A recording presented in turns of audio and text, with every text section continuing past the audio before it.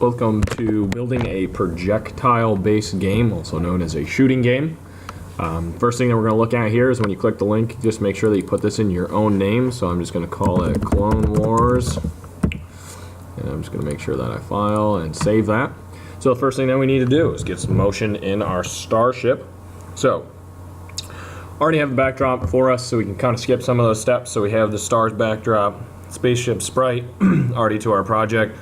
Spaceship is already shrank, therefore we already have it located at the bottom of our screen, but we haven't really coded anything else other than that. So I set it all up for us, gave us all our sprites that we need, our backdrops that we need, and our other characters that we need. Now what we need to do is just start adding some code. So first thing that we're going to do is when I click the flag, what do I want to do? Well, I want to forever have some movement. So I want to forever put in some movement.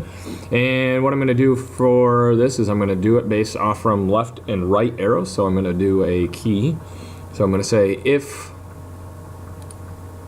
I click something, then what's going to happen? So if, then, so if I, and I'm going to put this in forever here. So if I click the left arrow, what do I want to have happen? So if I click this key, so I'm going to go left arrow, then what's going to happen? I want to change my X by -4. So looking at this, again, please be very careful of the change in set. You can see in previous module that I did make a mistake there, but we corrected that by some troubleshooting. So if -4,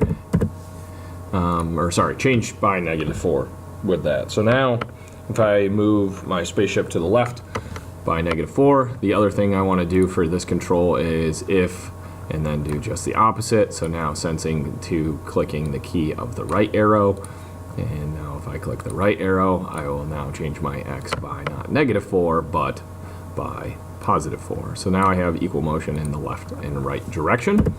Again, make sure that you keep this in coordinates to the coordinate plane. Again, if you need remembering of X and Y, here are your coordinates. As you move the mouse around, you can see what's going to be happening to that. So now let's just get some motion in place. So now if I click my spaceship, I have a left and right motion, and that is for step number 1. Please make sure that you save your project.